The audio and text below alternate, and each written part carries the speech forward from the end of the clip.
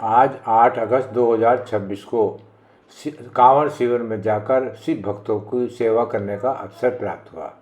आज के दिन युवा ब्राह्मण समाज के द्वारा बच्चा पार्क पर कांवड़ का शिविर लगाया गया है, जिसका शुभारंभ हवन के द्वारा किया गया और उसी में मुझे भी आज सेवा करने का अवसर प्राप्त हुआ।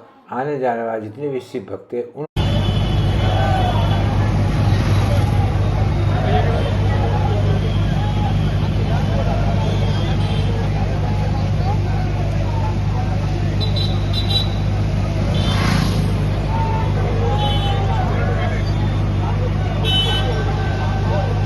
प्रसाद बांटकर खाना खिलाकर उनकी सेवा की और उसी के अंतर्गत ये कुछ झलकियाँ आप देखेंगे।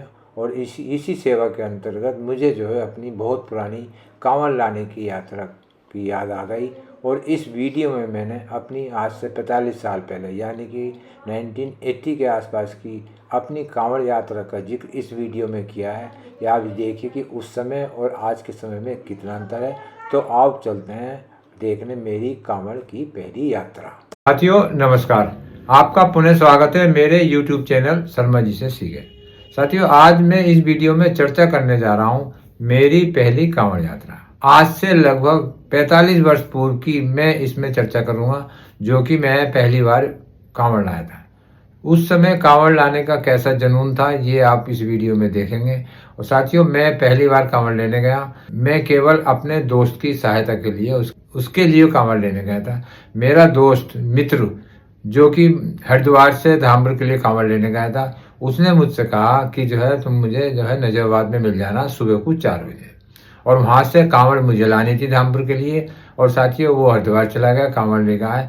फिर हमें जो है रात को 2 या 2:30 बजे नजरबाद के लिए निकलना था, मैं और मेरा मित्र, एक अन्य मित्र, जो कि हमें नजरबाद पहुंचना था। और हम धामपुर स्टेशन से ट्रेन में चढ़े।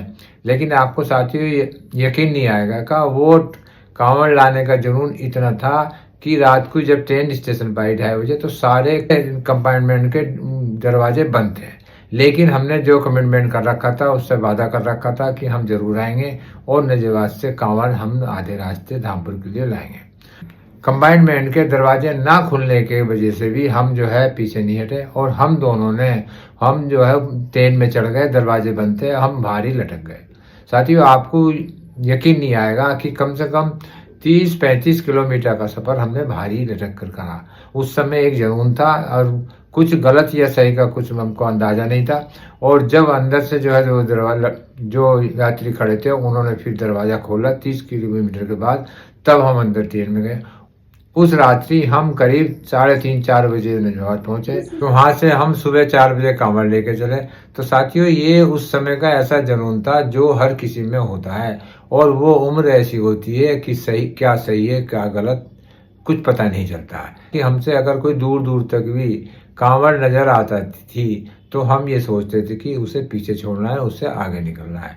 और हमारी रफ्तार तेज हो जाती थी। और साथियों इतनी तेज हो जाती कि दूर से दिखने वाली कांवड़ भी हम जो है आगे चलते चलते उसको पीछे छोड़ देते। साथियों उस दिन हमें पता चला कि इतना पैदल चलना कितना कष्टदायक होता है।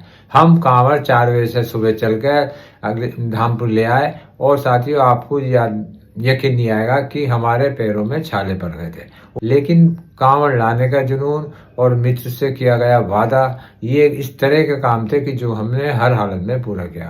तो पुरानी याद मुझे आज आ गई है, जो ये सन करीब 1980 के आसपास की बात होगी, 45 साल पहले की बात है। लेकिन वो भी एक समय था, एक जुनून था हमारे अंदर, जो उस समय आपने देखा किस तरह से हम कांवड़ लाए, किस तरह से हमने अपने मित्र का किया गया वादा पूरा करा और पैरों में छाले पड़ गए। लेकिन जो जुनून होता है वो कभी भी खत्म नहीं होता है। साथियों उस समय की कांवड़ यात्रा जो मेरे साथ भी थी वो हमें अभी तक याद है। और हम कभी भी वो मित्र जो है साथ बैठते हैं तो उसकी चर्चा करते हैं। और चर्चा करने पर ये सोचते हैं या ऐसा एहसास होता है कि वो दिन वो समय कैसे गुजर गया और हमने कैसे पूरा किया। कि जो है इतनी ठंड में भी और हम बाहर ट्रेन से जाकर जो है हमने कांवड़ लाए। तो साथियों ये ऐसा जुनून है। आपने देखा होगा मैंने इस वीडियो में अपनी कांवड़ लाने के जुनून की चर्चा करी है। और वो आज से 40-45 साल का दिन कैसा रहा होगा जो हमें वो जुनून था। बहुत सी ऐसी बातें हैं जो कि आप को अक्सर याद आती ही रहती हैं। और आज कांवड़ के शिवरात्रि के दिनों में मुझे अपनी ये चर्चा याद आई, तो मैंने सोचा इस पर मैं छोटी सी वीडियो बना देता हूँ। तो साथियों, अभी आपने मेरे द्वारा मेरी पहली कांवड़ यात्रा की चर्चा की वीडियो देखी और मुझे उम्मीद है कि आपको वीडियो पसंद आई होगी। उम्मीद करता हूँ कि वीडियो अच्छी लगी होगी, और यदि आपको वीडियो अच्छी लगे तो आप मेरे YouTube चैनल शर्मा जी से सीखे को लाइक कर सकते हैं और वीडियो को शेयर कर सकते हैं मित्रों को, अपने रिश्तेदारों को, और मेरे चैनल को आप सब्सक्राइब भी कर सकते हैं। और इसी छोटी सी चर्चा के बाद मैं अब अपनी वाणी को विराम देता हूं और सभी वीडियो देखने वाले को मेरी नमस्कार साथियों।